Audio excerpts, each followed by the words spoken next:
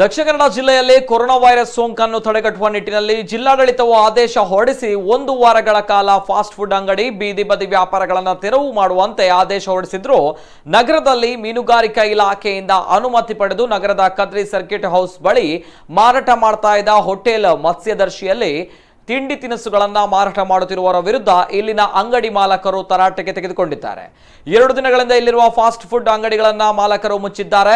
ಇನ್ನು ಕೆಲವನ್ನ ಮಂಗಳೂರು ನಗರ ಪಾಲಿಕೆ ಅಧಿಕಾರಿಗಳು ಕಾರ್ಯಾಚರಣೆ ಮಾಡಿ ತೆರವುಗೊಳಿಸಿದ್ದಾರೆ. ಆದರೆ ಮೀನುಗಾರಿಕಾ ಇಲಾಖೆ ಪರವಾನಗಿ ಪಡೆದು ಕಾರ್ಯಾಚರಿಸ್ತಾ ಇರುವ ಹೋಟೆಲ್ ಮತ್ಸ್ಯದರ್ಶಿನಿ ಸರ್ಕಾರದ ಆದೇಶಕ್ಕೆ ಕ್ಯಾರೆ ಅನ್ನದೆ ಮಾರಾಟ ಮಾಡ್ತಾ ಇರುವುದು ಸ್ಥಳೀಯರ ಆಕ್ರೋಶಕ್ಕೆ ಕಾರಣವಾಗಿದೆ.